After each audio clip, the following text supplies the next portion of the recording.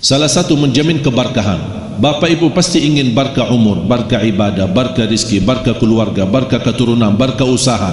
Dimanapun kita berada selalu disertai berkah. Mau enggak membawa keberkahan selalu? Amalannya satu, baca suratul Baqarah. Rasulullah SAW bersabda, alaikum bi suratil Baqarah fa inna akhdaha barakah wa tarkuha hasra wa la tastati'uha al-batala. Ambillah suratul Baqarah, bacalah suratul Baqarah secara rutin sampai selesai. Tidak khatam satu hari dah apa-apa, lanjut lagi, lanjut lagi besoknya, lanjut lagi besoknya sampai khatam. Begitu khatam ulang lagi. Kata Rasulullah SAW, barang siapa yang membaca suratul Baqarah dia telah membawa keberkahan, dan barang siapa yang meninggalkan suratul Baqarah akan nyesal. Mau enggak jadi orang nyesal? Makanya jagalah suratul Baqarah. Baca suratul Baqarah dalam rumahmu, karena Rasulullah SAW bersabda, al-baitul ladzi tuqra'u fihi suratul Baqarah yafirru syaitanu min. Rumah yang di dalamnya dibacakan suratul Baqarah, syaitan bakal lari, kabur, tidak kuat bertahan di dalam rumah yang dibacakan dalamnya suratul Baqarah. Makanya kalau kita merasa sering berantem di rumah, sering berkelahi antara suami istri, sering beribut di rumah tangga, anak kita bawel tidak bisa taati suaminya, tidak bisa taati orang tuanya, ada masalah antara suami istri, ingat banyak syaitan di rumah.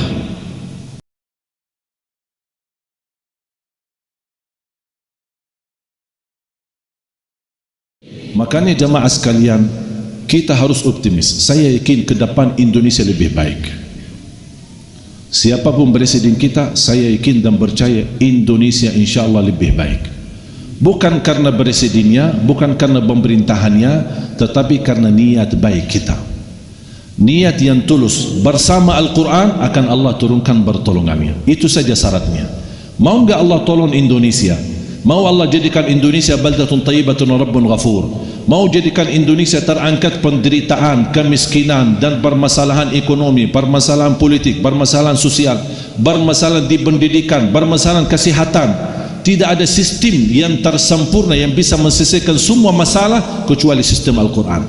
Bagaimana? Dekatlah sama Al-Quran, cintailah Al-Quran, berakhlak akhlakul Quran, akan Allah segera turunkan pertolongannya untuk Indonesia. Jangankan Indonesia yang menjadi jumlah terbesar sedunia penduduk Islam, Turki, negara sekuler, ratusan tahun melawan Islam, tidak boleh kumandang azan dalam bahasa Arab, tidak boleh belajar bahasa Arab, tidak boleh belajar agama, tidak diizinkan buka pesantren, tidak ada rumah tahfiz, itu semua dilarang. Siapapun yang dipertemukan untuk belajar Al-Quran langsung ditangkap masuk penjara. Sekian tahun melawan Islam. Begitu Allah subhanahu wa ta'ala rubahkan kondisi dan keadaan di Turki, Allah hadirkan seorang presiden yang indah dan merdu suara bacaan Al-Quran, Erdogan. Buka di YouTube, presiden Turki Erdogan baca Quran. Subhanallah, indah suaranya. Mesir yang istilahnya negara ulama Al-Azhar, negara melahirkan banyak penghafal Al-Quran, tapi sepanjang sejarah itu belum terwujud presiden penghafal Al-Quran. Sampai Allah wujudkan dengan demokrasi, dan terjadi pemilu yang sangat luar biasa bersih, Allah menghadirkan seorang presiden walaupun hanya sebentar, baru terjadi permusuhan yang luar biasa dan tantangan. Muhammad Mursi menjadi presiden, penghafal Al-Quran, dan dia berimam salat Idul Fitri bersama masyarakat. Itu luar biasa. Walaupun dia sudah mati syahid, mudah-mudahan diterima di sisi Allah sebagai syahid. Intinya kalau kita ada niat, wallahi terwujud. Masa kita kalah sama negara sekuler Turki? Kita negara terbesar penduduk Islam. Hanya minta, saya berharap cuma satu. Mau enggak Bapak Ibu memperhatikan Al-Quran sepenuhnya mulai hari ini? Paling tidak jangan lewat satu hari tidak baca Quran. Paling tidak mulai harimu dengan baca Al-Quran, tutupi harimu dengan baca Al-Quran. Jangan kita selalu bersama HP. Bangun tidur pertama yang dilihat HP, ketika mau tidur yang terakhir dilihat HP, pergi kemana-mana bawa HP. Bahkan sekarang ada power bank, jadi tidak perlu pusing kita mencari cas. Sakit sudah luar biasa menggunakan HP. Belum lagi syat, habiskan, coba tambah kita sadar 5 jam, 6 jam, 7 jam habis waktu bersama HP, tidak disadari kehabisan waktu itu. Bisa kehilangan istri tak apa-apa, tapi kehilangan HP stres. Cuba bayangkan. Makanya jamaah sekalian, kita perlu memperhatikan. Saya tidak minta bapak ibu tinggalkan HP-nya, jangan urus lagi HP. Tidak, tetap kita memiliki HP, tapi tolong disesuaikan bacaan Al-Quran. Mulai harimu dengan baca Al-Quran dan tutupi harimu dengan baca Al-Quran, supaya menjadi diantaranya berkah. Sederhana, satu ayat, ayat Al-Kursi. Rasulullah sallallahu alaihi wasallam bersabda, "Man qara'a ayat Al-Kursi dubura kulli salatin laysa bainahu wa bainal jannati illa an yamut." Barang siapa yang membaca ayat Al-Kursi setiap habis salat fardu, dijamin masuk surga. Ini satu ayat. Satu ayat dapat jaminan masuk surga, dibaca setiap habis salat fardu. Contoh, kalau habis salat anda lagi buru-buru, ada rapat, ada meeting, ada janji sama orang, tidak bisa telat. Habis salat, astagfirullah, astagfirullah, astagfirullah, Allahumma antas salam wa minkas salam, sampai selesai. Selesai Allahumma antas salam, baca ayat Al-Kursi. Habis itu anda pulang, sambil jalan subhanallah 33, alhamdulillah 33, Allahu akbar 33, satu kali la ilaha illallah wahdahu la syarika lah, lahul mulku wa lahul hamdu wa huwa ala kulli syai'in qadir. Sudah selesai zikir kita. Asal habis salat jangan tinggalkan ayat Al-Kursi. Jaminan masuk surga cuma satu ayat. Kalau satu ayat Al-Kursi menjaminkan kita masuk surga, gimana satu surah Al-Baqarah? Gimana 30 juz Al-Quran? Salah satu menjamin keberkahan. Bapak ibu pasti ingin berkah umur, berkah ibadah, berkah rizki, berkah keluarga, berkah keturunan, berkah usaha. Dimanapun kita berada selalu disertai berkah. Mau enggak membawa keberkahan selalu? Amalannya satu, baca suratul Baqarah. Rasulullah SAW bersabda, "Alaikum bi suratil Baqarah, fa inna akhdaha barakah wa tarkuha hasra wa la tastati'uha al-batala." Ambillah suratul Baqarah, bacalah suratul Baqarah secara rutin sampai selesai. Tidak khatam satu hari tak apa-apa, lanjut lagi, lanjut lagi besoknya, lanjut lagi besoknya sampai khatam. Begitu khatam, ulang lagi. Kata Rasulullah SAW, barang siapa yang membaca suratul Baqarah, dia telah membawa keberkahan. Dan barang siapa yang meninggalkan suratul Baqarah akan nyesal. Mau enggak jadi orang nyesal? Makanya jagalah suratul Baqarah. Baca suratul Baqarah dalam rumahmu, karena Rasulullah SAW bersabda, "Al-baitul ladzi tuqra'u fihi suratul Baqarah yafirru syaitanu min." Rumah yang di dalamnya dibacakan suratul Baqarah, syaitan bakal lari, kabur, tidak kuat bertahan di dalam rumah yang dibacakan dalamnya suratul Baqarah. Makanya kalau kita merasa sering berantem di rumah, sering berkelahi antara suami istri, sering beribut di rumah tangga, anak kita bawel tidak bisa taati suaminya, tidak bisa taati orang tuanya, ada masalah antara suami istri, ingat banyak syaitan di rumah. Semua keributan dalam rumah gara-gara banyak syaitan di rumah. Gimana cara obatinya untuk mengusir syaitan? Jangan ke tukang dukun datang. Pak, dukun kita bawa orang dukun datang biar dilihat. Ini Pak ada. Seperti kemarin saya isi acara, habis acara ada satu ibu nangis luar biasa, minta tolong. Apa minta tolong? Kenapa? Minta saya mampir ke rumahnya. Ada apa di rumahnya? Katanya rumah saya ada hantu. Kata siapa? Ada satu orang, dia datang ke rumah saya. Makanya saya tidak berani masuk ke rumah itu. Dan setiap saya mau bawa orang, dia baca yang dah tahu baca gitu, terus saya bayar 5 juta, kadang 4 juta, 3 juta, habis uang saya, dan hantu-hantu dah keluar-keluar. Tolong saya minta Syekh doakan, bisa. Saya langsung ke rumah. Kasihan ibu itu ditipu selama ini, dibohongi, dibodohi, gara-gara kepercayaan kepada dukun atau ramal atau macam-macam. Saya datangi ke rumahnya. Begitu saya masuk, astagfirullahalazim, saya sengaja bikin-bikinlah. Begitu, astagfirullahaladzim, ada 4, 5. Mohon maaf, karena dia percaya itu, ya saya harus ikutin dia. Begitu saya baca, jangan khawatir bu, tenang-tenang saja, saya akan bacakan insyaAllah. Saya baca suratul Baqarah. Begitu saya, alhamdulillah baru mulai keluar, ini keluar satu, alhamdulillah bu. Oh ini yang kedua keluar, ibu alhamdulillah, ibu alhamdulillah semuanya sudah keluar ibu, sujud syukur. Benar, dah ada lagi bu. Alhamdulillah semenjak itu dia kembali ke rumahnya dan alhamdulillah nikmat. Setiap dia kesempatan telefon, alhamdulillah Syekh saya sudah tempati rumah saya. ibu dah ada lagi hantu, dah ada lagi, kan Syekh sudah usir mereka. Maaf, dia percaya begitu, mau bilang apa lagi? Soalnya kadang-kadang ada orang yang tidak suka kita terlalu jujur. Kita mau jujur, ibu tidak ada hantu di rumah, tidak ada apa-apanya, jangan percaya itu. Masa? Tidak percaya. Makanya kita harus akalin, itu akalnya seperti itu, ya kita masukin akalnya. Jadi kita harus tahu ketika berbicara sama orang, atau harus tahu bagaimana cara fikirannya, bagaimana prinsipnya, bagaimana biar kita masuk. Contoh, saya sekarang sudah masuk ke 11 tahun di Indonesia. Salah satu yang saya belajari prinsip orang Indonesia. Orang Indonesia tidak suka ribet. Orang Indonesia suka yang mudah. Termasuk amalan, ibadah, zikir, apa saja. Orang Indonesia suka yang mudah. Mudah diingat, mudah dihafal, mudah diamalkan, dan masuk surga. Itu sudah orang Indonesia. Ya, orang Indonesia tidak ribet-ribet panjang ini. Termasuk salat, tidak suka panjang-panjang, mau yang enak, sederhana. Tarawih kalau boleh jangan cepat, tapi ayatnya sedikit-sedikit, tidak apa-apa. Orang itu qulhu kalau bisa dibagi dua, terima kasih.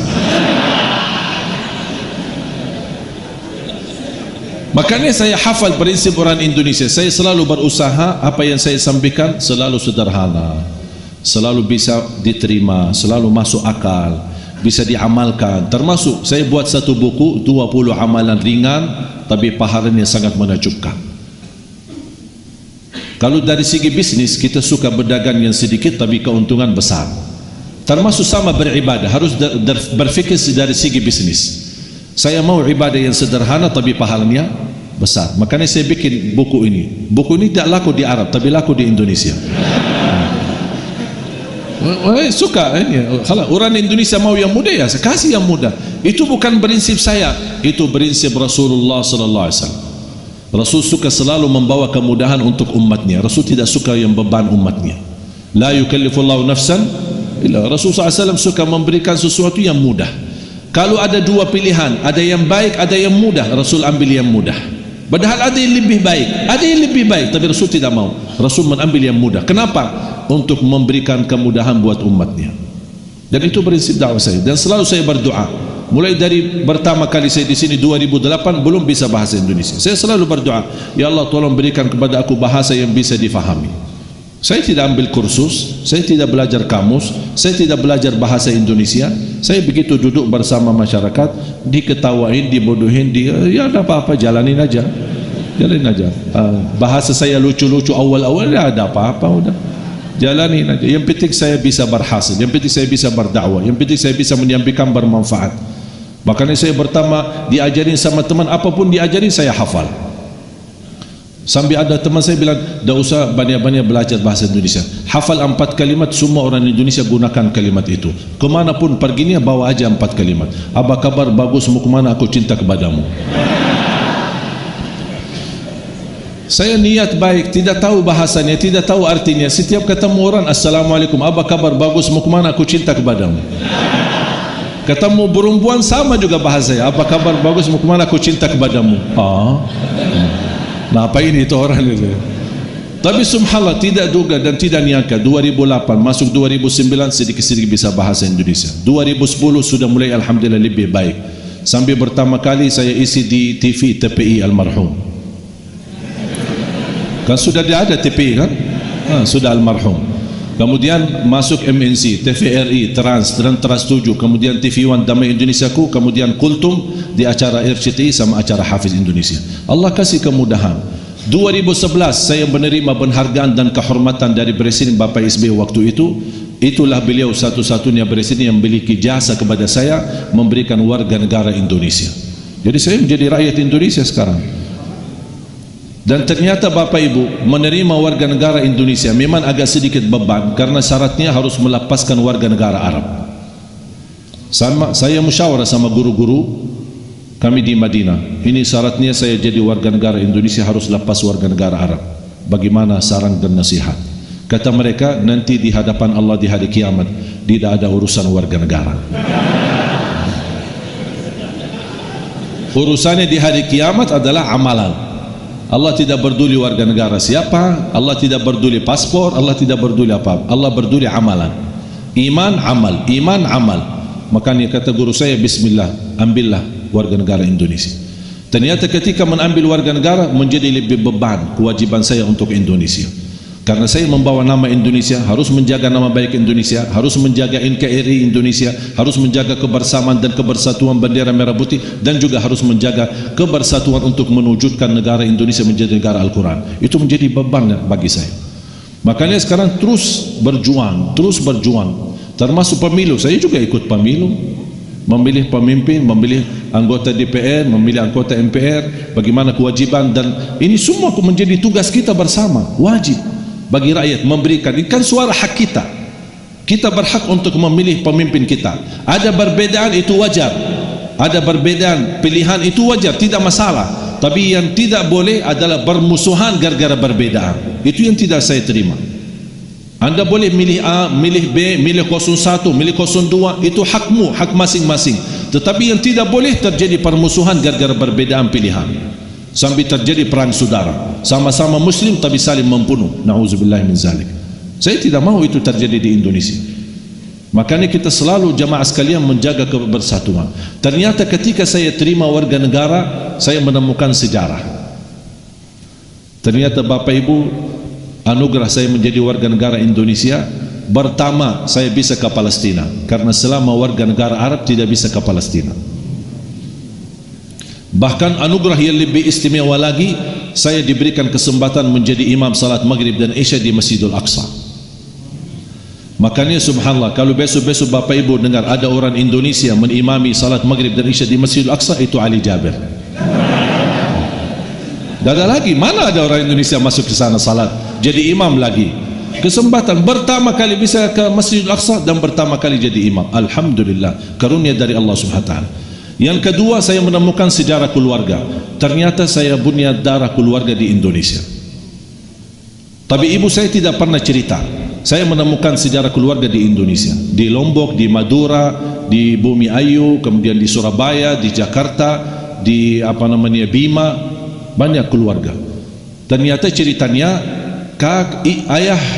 ayah ibu dan kakek ibu dua-duanya kelahiran Lombok. Kakek ibu saya nikah sama orang Bumi Ayu, istri yang kedua sama orang Madura, istri ketiga sama orang Lombok, belum yang keempat sudah wafat. Bagaimana beliau wafat? Dibunuh sama penjajah Belanda, karena beliau mampu menyatukan masyarakat Sasak di Lombok untuk melawan penjajah Belanda. Dia membuat penjajahan Belanda pusing, sakit kepala, karena dia orang pemberani, tinggi lagi orangnya. Makanya dibunuh, dan ada beliau punya makam besar di Ampenan. Makanya ketika saya bertemu Presiden Jokowi, saya sampaikan saya sebenarnya cucu pahlawan tapi belum terdaftar. Makanya kembali lagi asal usul saya Indonesia, walaupun mancung. Alhamdulillah, nikmat besar. Sampai saya meyakinkan saya menjadi orang Indonesia ketika saya periksa di rumah sakit, dokternya kaget, subhanallah darahnya merah putih. Alhamdulillah.